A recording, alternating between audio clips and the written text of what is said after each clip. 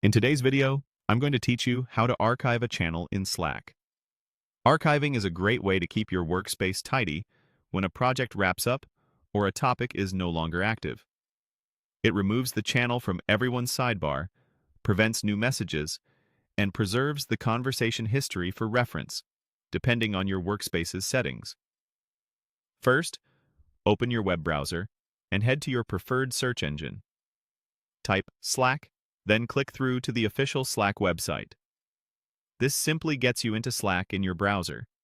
If you already have Slack open in the desktop app or a browser tab, you can stay there and continue. Once you're in Slack, navigate to the specific channel you want to archive. Make sure you're in the exact channel you intend to retire, whether it's public or private. It's a good moment to confirm that any key files are saved elsewhere and that the team is done with active discussion, since archiving will put the channel into a read-only state for everyone. At the top of the channel, click the channel name.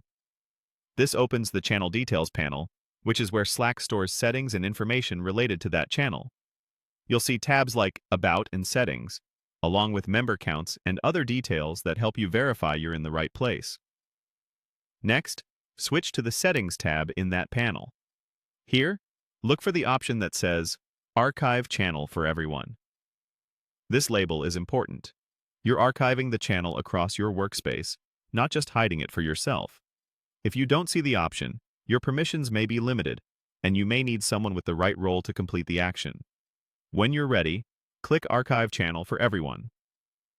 A confirmation dialog will appear so you can review the choice one more time. Click Archive Channel to confirm. Slack will then move the channel into an archived state. Members will no longer be able to post, integrations will stop sending updates, and the channel will be marked as archived. In many workspaces, the history remains searchable and readable, which is helpful for audits and future reference. That's it. You opened Slack, went to the channel, opened the channel details, chose settings, selected Archive Channel for Everyone, and confirmed. Use this process anytime a conversation space has served its purpose and you want to keep your workspace focused. If your organization allows it, a workspace admin can unarchive a channel later, but it's best to archive only when you're confident the channel is no longer needed.